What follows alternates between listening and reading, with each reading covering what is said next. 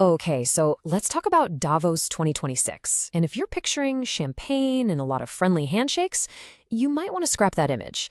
This year was different. It was less of a friendly get-together and more of a battleground, where the very rules of how our world works were being torn up and rewritten right there in real time. You see a quote like this, and it sounds nice, right? Dialogue is an urgent necessity. But this wasn't just a feel-good slogan. Think of it more like a distress signal. Calling for a spirit of dialogue was basically the organizers admitting, hey, things are so fractured out there, so tense, that just getting people to talk is a huge deal. It really shows you just how on edge the world was. So just imagine this for a second. The old alliances you've always counted on are starting to crumble, new powers are rising up fast, and the rules of the game? They're being rewritten on the fly. That's the world the leaders at Davos walked into. The old consensus that held things together since the Cold War wasn't just fading away. It felt like it was being actively taken apart. And this right here? This captures a massive shift in thinking, a total game changer.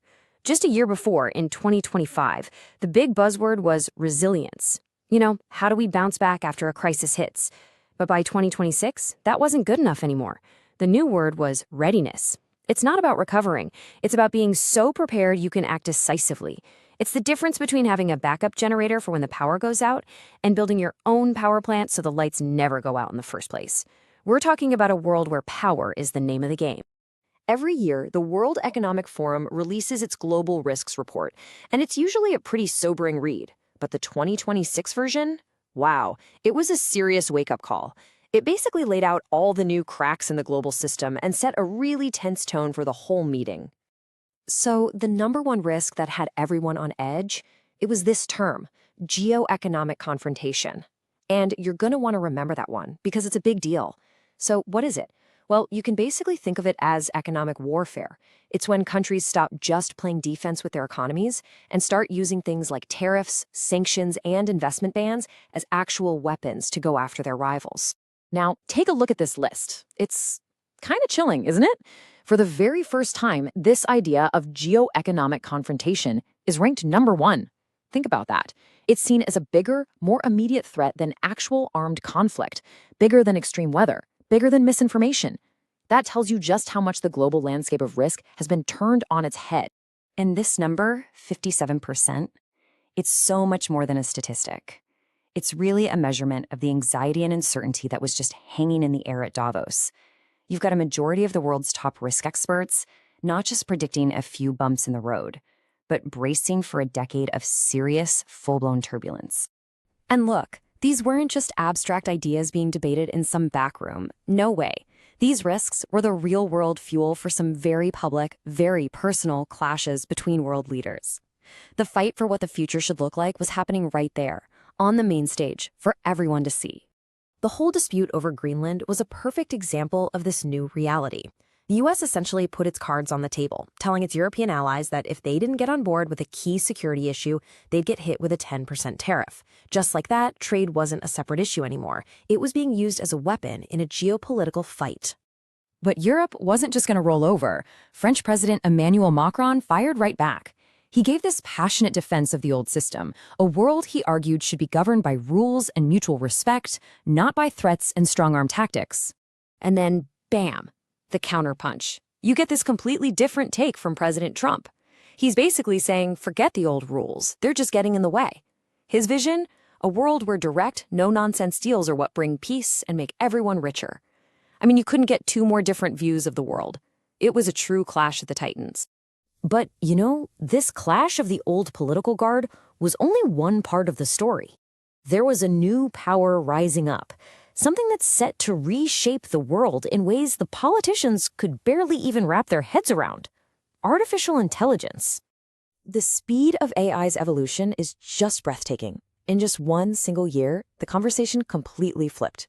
In 2025, AI was this cool, fascinating experiment. People were asking, wow, what can this thing do? By 2026, it was all business. The question wasn't what can it do anymore? It was how do we use it to win? It became a core part of economic and geopolitical strategy, practically overnight. And this isn't just a friendly competition. It's more like a demolition derby.